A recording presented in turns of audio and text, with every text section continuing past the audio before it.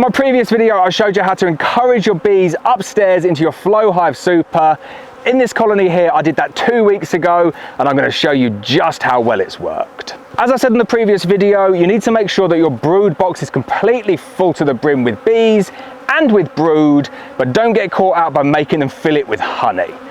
Previous recap on the video, we took out any honey frames, we bruised them down, put them to the center of the colony, used that excess honey to smear on the face of some of these flow hive supers directly onto the frame. And now what we're seeing is really good action upstairs in the flow hive supers.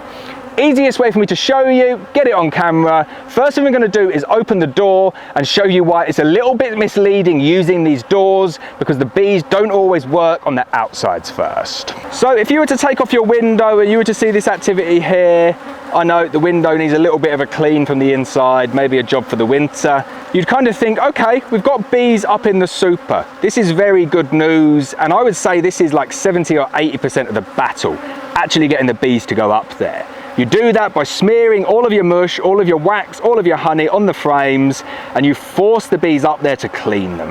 However, once the bees actually reach a number in the colony where they've not got sufficient space to live in the brood nest, they are just going to naturally go up there anyway. But just because you're seeing minimal activity on the outside frames doesn't mean that on the inside frames there's going to be minimal activity either.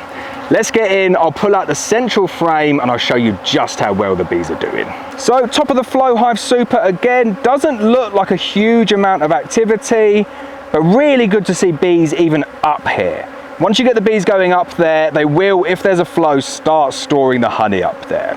But let me pull out that central frame now and show you what the bees have done. So as you can see, the bees are filling this super up like crazy. Over here in this corner, this is what it looks like when you've got no honey in there. And then as you get further and further into the center, you can see natural wax being drawn on top of the plastic. That is a sure sign that the bees are using the super, and not only that, they are filling it with honey. Really keen to do this video to give you that intermediate step to show you just what this honey looks like before the bees start capping it over and before you actually get to a point of doing a harvest. Really happy with how well it's going. Probably about 2 or 3 weeks away, I would say, from these bees, these whole frames being ready. But what's so nice with the flow hive is that you can harvest a frame at a time.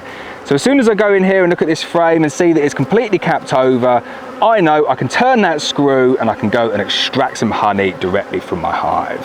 So I'll give you a little close-up of it there as well. It is surprisingly heavy, these frames. Obviously the frames are going to be a little bit more heavier than the wooden frames, but there is a huge amount of nectar, a huge amount of honey being ripened up in this frame.